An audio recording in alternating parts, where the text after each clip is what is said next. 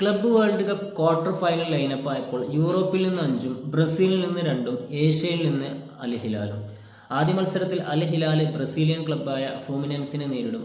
Indian സമയം നാളെ പുലർച്ചെ 12:30 ആ മത്സരം.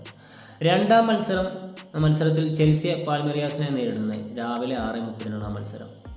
മൂന്നാം ക്വാർട്ടർ ഫൈനൽ മത്സരത്തിൽ യൂറോപ്യൻ വൻ ശക്തികളായിട്ടുള്ള ബയേൺ PSG നേരിടും. ഇന്ത്യൻ സമയം രാത്രി 9:30 ആ മത്സരം. ക്വാർട്ടർ ഫൈനൽ മത്സരത്തിലെ ഒരു മികച്ചൊരു കളിയായിരിക്കുമെന്ന് നമുക്ക് പ്രതീക്ഷിക്കാം.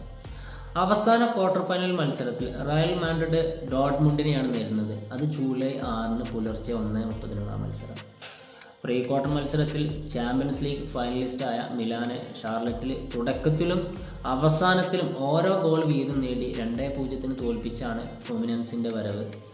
എങ്കിലും സസ്പെൻഷനിലുള്ള അവരുടെ ലെഫ്റ്റ് ബാക്ക് ആയിട്ടുള്ള റെന ഇല്ലാത്തത് റെന ഇല്ലാതെ ആയിരിക്കും അവർ കളിക്കേണ്ടി വരിക. ലാൻഡോയിൽ നടന്ന 7 ഗോളുകളുടെ അത്ഭുതകരമായ ത്രില്ലറിൽ മാഞ്ചസ്റ്റർ സിറ്റിയെ ഞെട്ടിച്ചാണ് അൽ ഹിലാലിൻ്റെ വരവ്.